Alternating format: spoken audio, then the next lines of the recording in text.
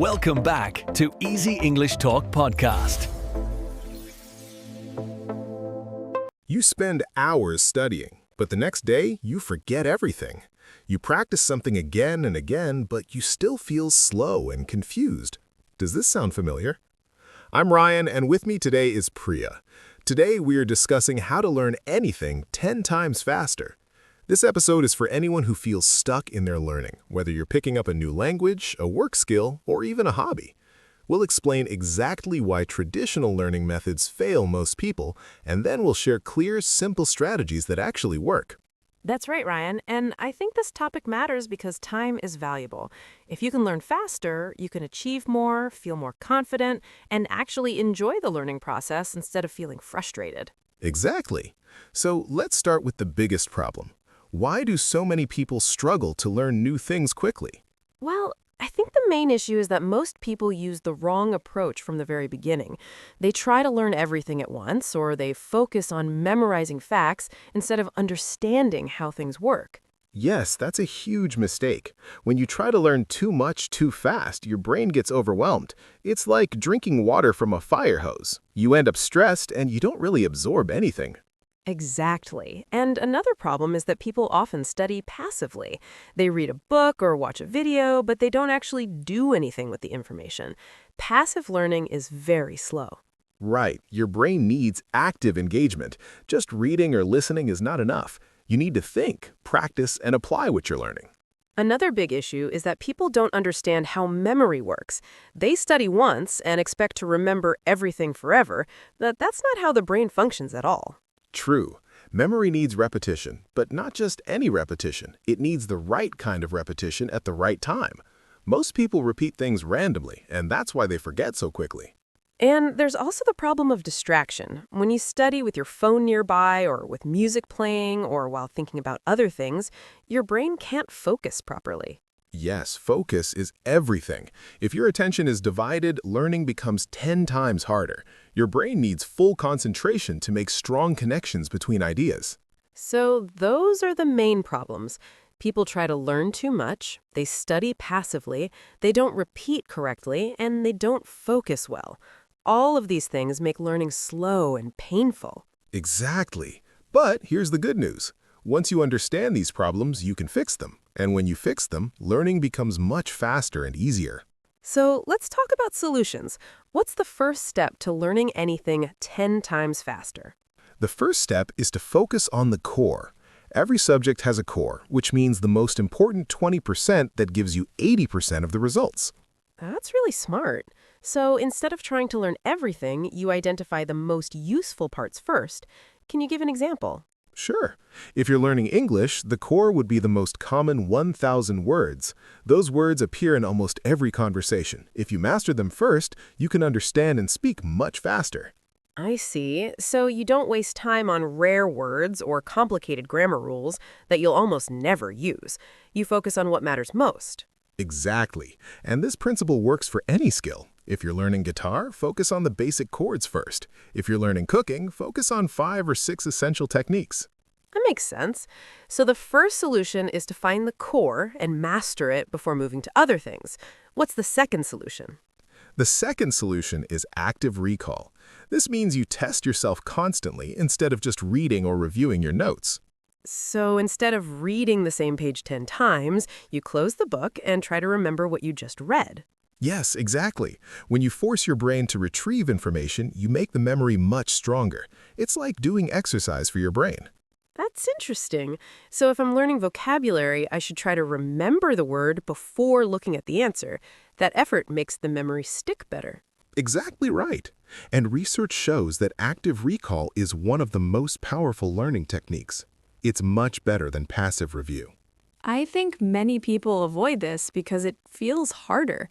It's easier to just read your notes again and again. True, but that comfort is actually the problem. When learning feels too easy, it means your brain isn't working hard enough. Real learning requires some difficulty. So we should challenge ourselves more. Got it. What's the third solution? The third solution is spaced repetition. This means you review information at specific intervals to fight forgetting. Can you explain how that works? Sure. When you learn something new, you forget it very quickly at first, so you need to review it after 1 day, then after 3 days, then after 1 week, then after 2 weeks. So you're reviewing just before you're about to forget. That timing is important. Exactly. If you review too early, it's a waste of time. If you review too late, you've already forgotten. Spaced repetition finds the perfect timing. That's really clever. Are there tools that can help with this?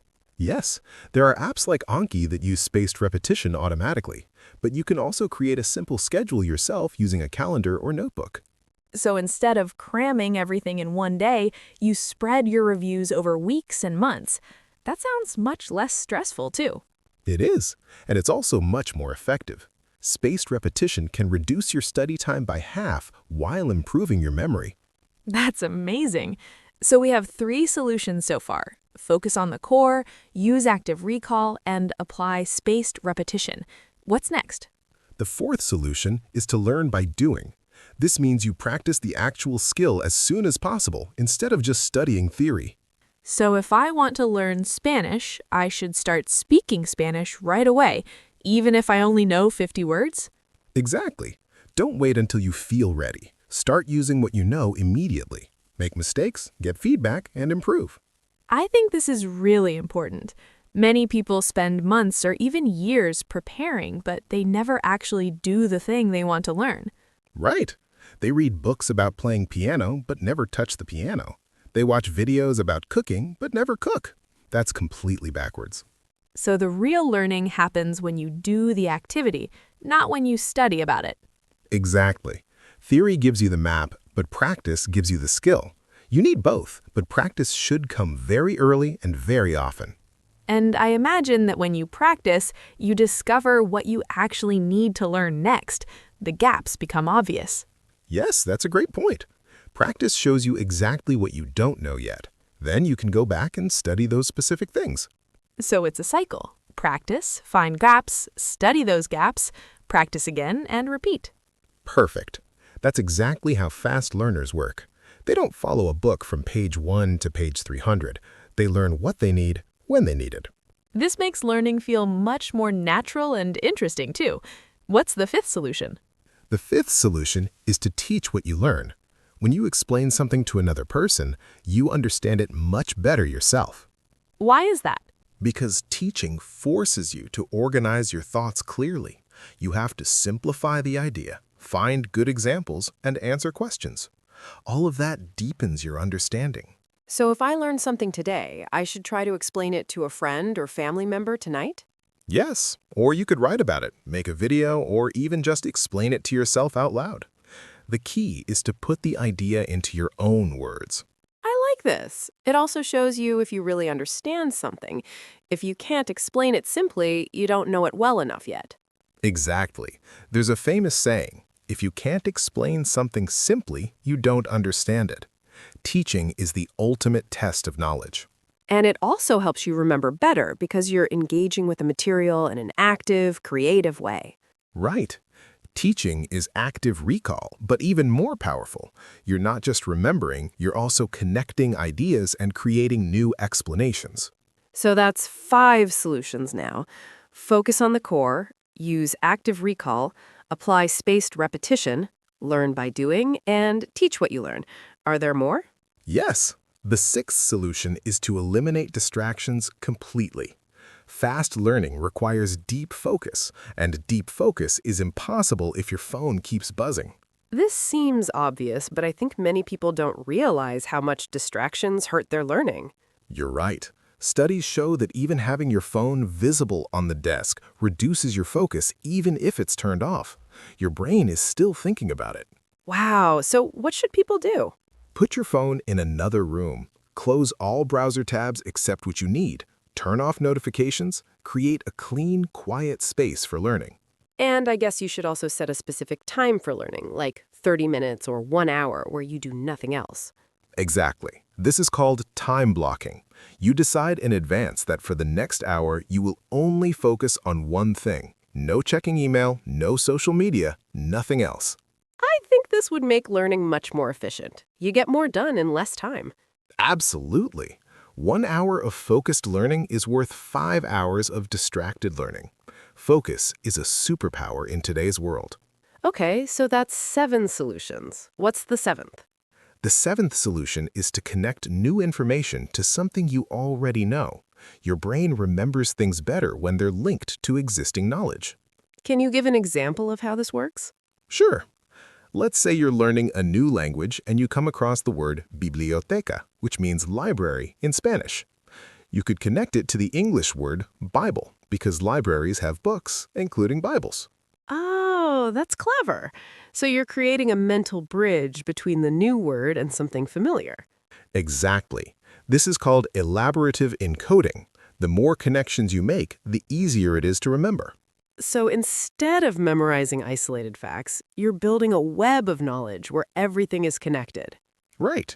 And this makes learning faster because your brain doesn't have to create completely new pathways. It uses roads that already exist.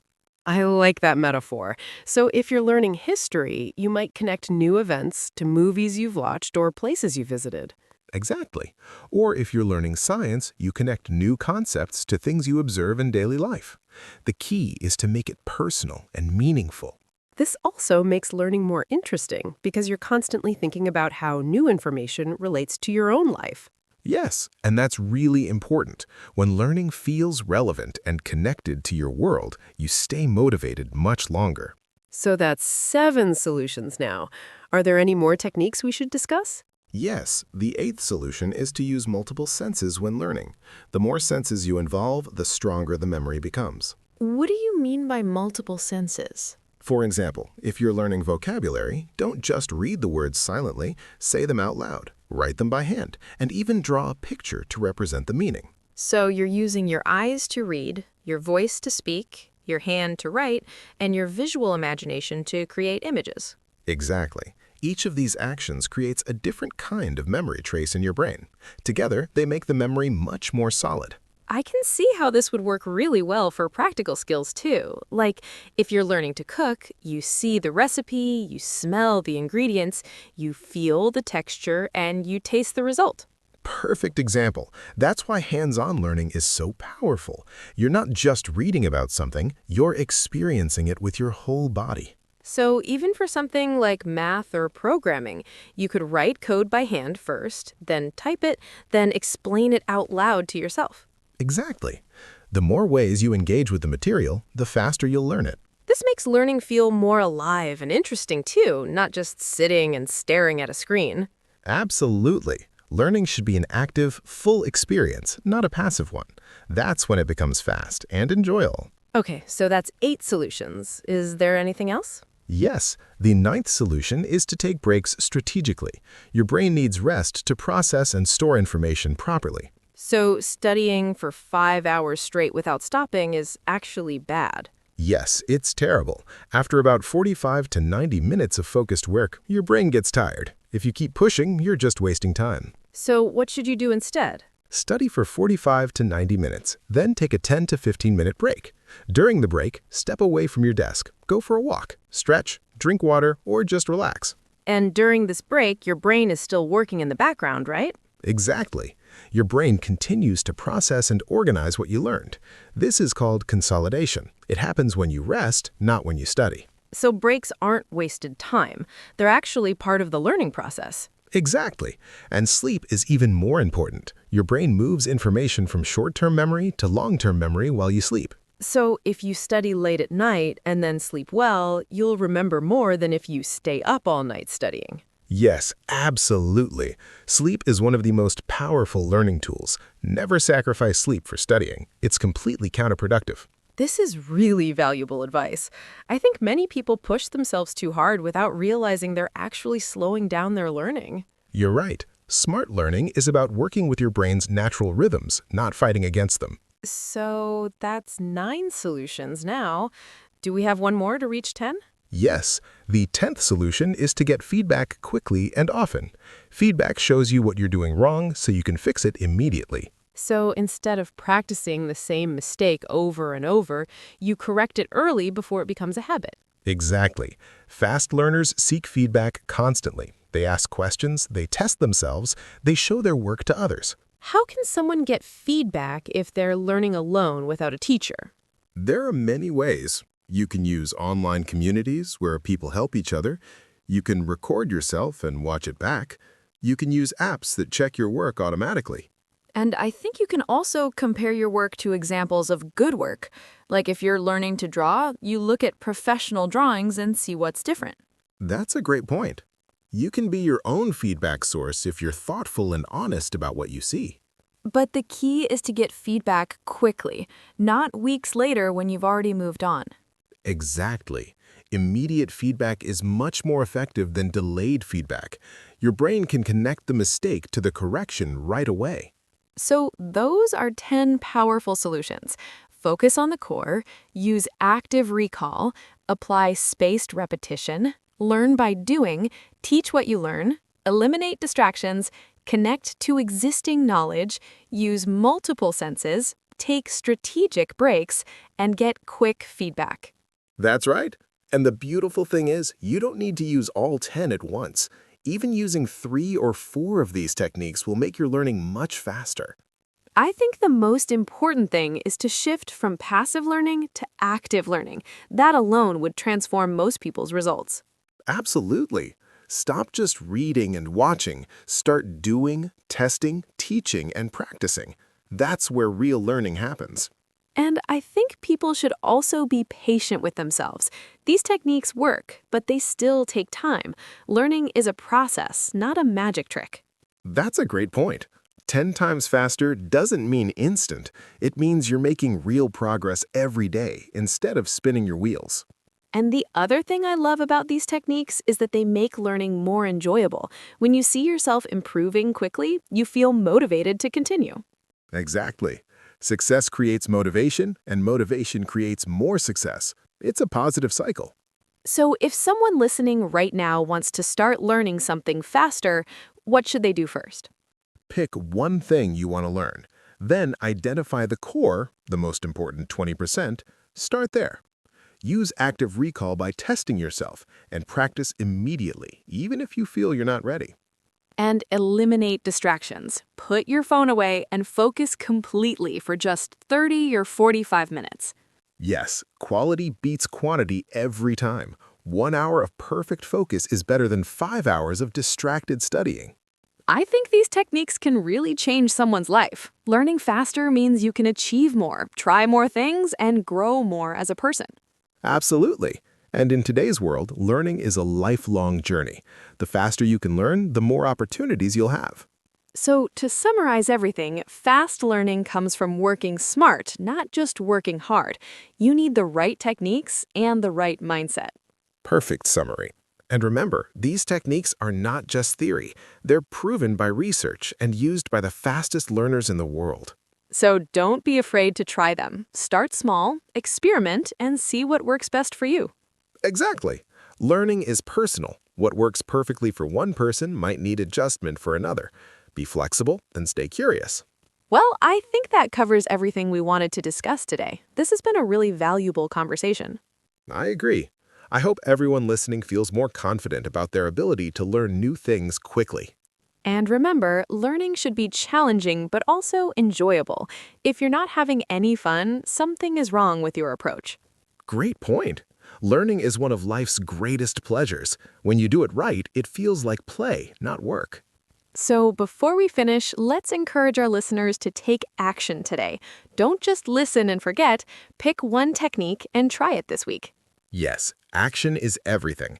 Knowledge without action is useless. So close this podcast, choose your technique, and start practicing. And if you want to learn more, we have many other episodes that can help you. We talk about improving memory, building better habits, staying focused, and much more. That's right. Our channel has topics that can support your learning journey in many different ways. Each episode is designed to give you practical, useful information you can apply right away. So take a moment to explore what else we offer. You might find exactly what you need for your next challenge or goal. Thank you so much for listening today. We really appreciate your time and attention. We hope this episode helps you learn faster and achieve more. Yes, thank you. Keep learning, keep growing, and we'll see you in the next episode. Take care. Goodbye for now, and good luck with your learning journey.